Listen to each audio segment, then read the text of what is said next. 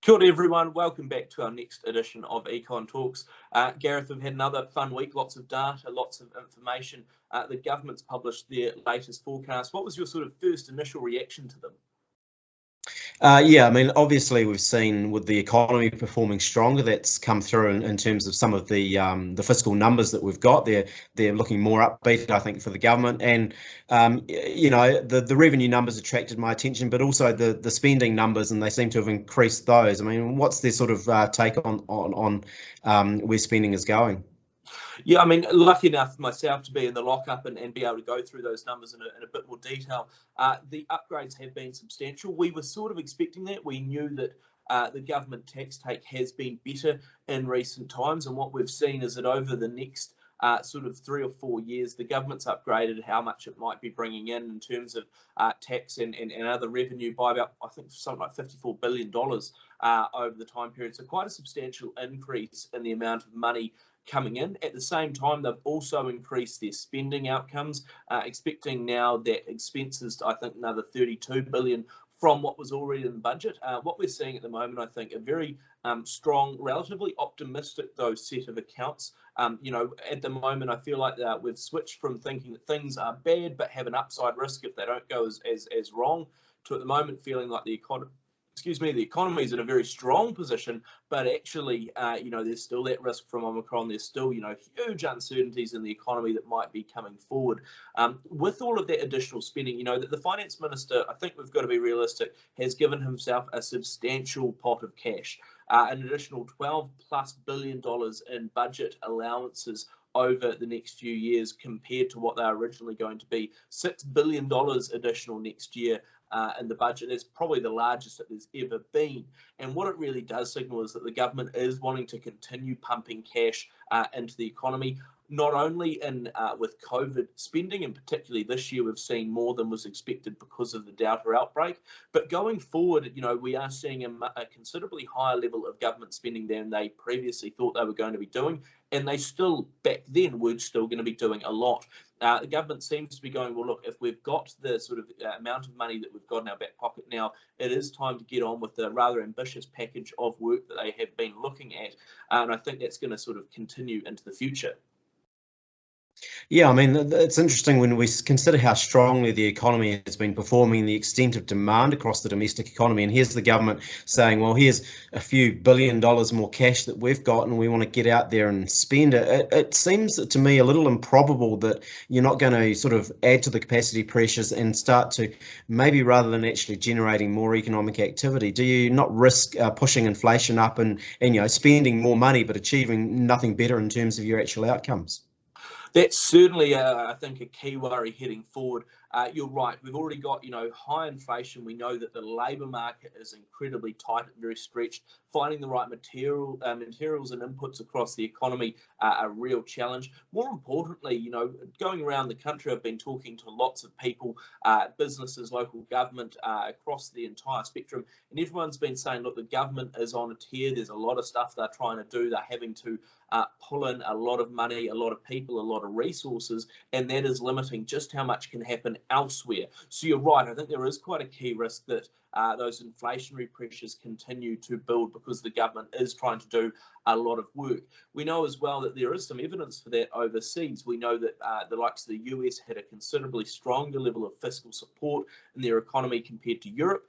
And because of that, we're seeing the US inflation figures coming forward much stronger than across the European area. Now, I asked Grant Robertson this directly, was there a worry? And he wasn't nearly as forthright as our concerns might appear, but he did say that they would be looking to manage their money and their spending carefully.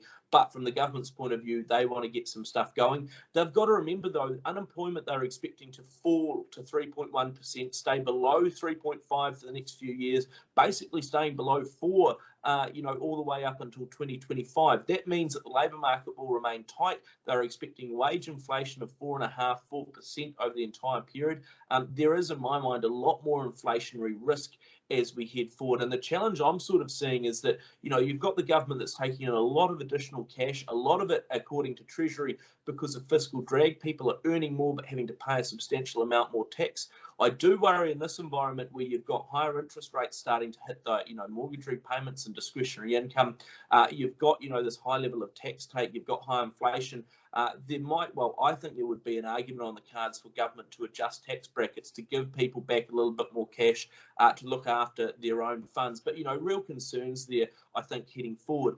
Absent that inflationary risk, I guess the other question, Gareth, is, do we need this sort of stimulus when the economy seems to be going pretty well by all considerations? GDP was relatively strong in the September quarter, even though, absent that Delta hit, but down 3.7 was, less than half really what most people were expecting originally.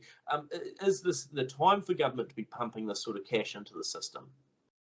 Yeah, it's certainly a much less obvious answer to that question than we would have had 18 months ago when we thought the economy was really going to be hit a lot harder by COVID and the lockdowns than we've seen. I mean, for me now, the pain is very much more isolated to specific industries, specific sectors, talking hospitality, some of those tourism-related ones. Those are the main areas where if you were going to be sort of providing support, I'd be looking to do it. I know the government is also obviously keen to try and make up for what they perceive to be underinvestment in certain parts of the economy, particularly around infrastructure and health and those type of things. And I don't have issues with that either, though you do have to be careful about the timing and the staging of that, given that in the construction industry at the moment, you've got residential activity in particular, to a lesser extent non-residential activity.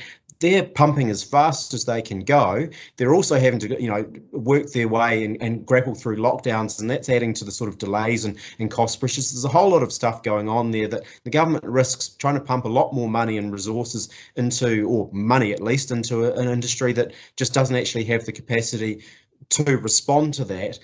So I think they need to be a bit more careful. I think what we're starting to see now is that typically what you sometimes see with a Labor government is if you have good economic conditions, good revenue outcomes that come through, the sort of, I guess, the idea or the bias is that you move towards a larger government. I mean, you talk about the growth in the public sector. Hours worked in the public sector, this is not health and education, but just the core public service, up 16% over the last year. Huge numbers there when you consider that the unemployment rate, like you say, is under 3.5%, and the resources are not there in the economy. So yeah, I'd be looking for the government. Yes, the debt position is better than it has been, but better than they thought it was going to be. But nevertheless, I think they need to start concentrating on winding back some of the stimulus, just being a bit more prudent and selective with the spending that they are doing going forward from here, because the risk is, I think, that they just spend more money and don't get better outcomes. We've seen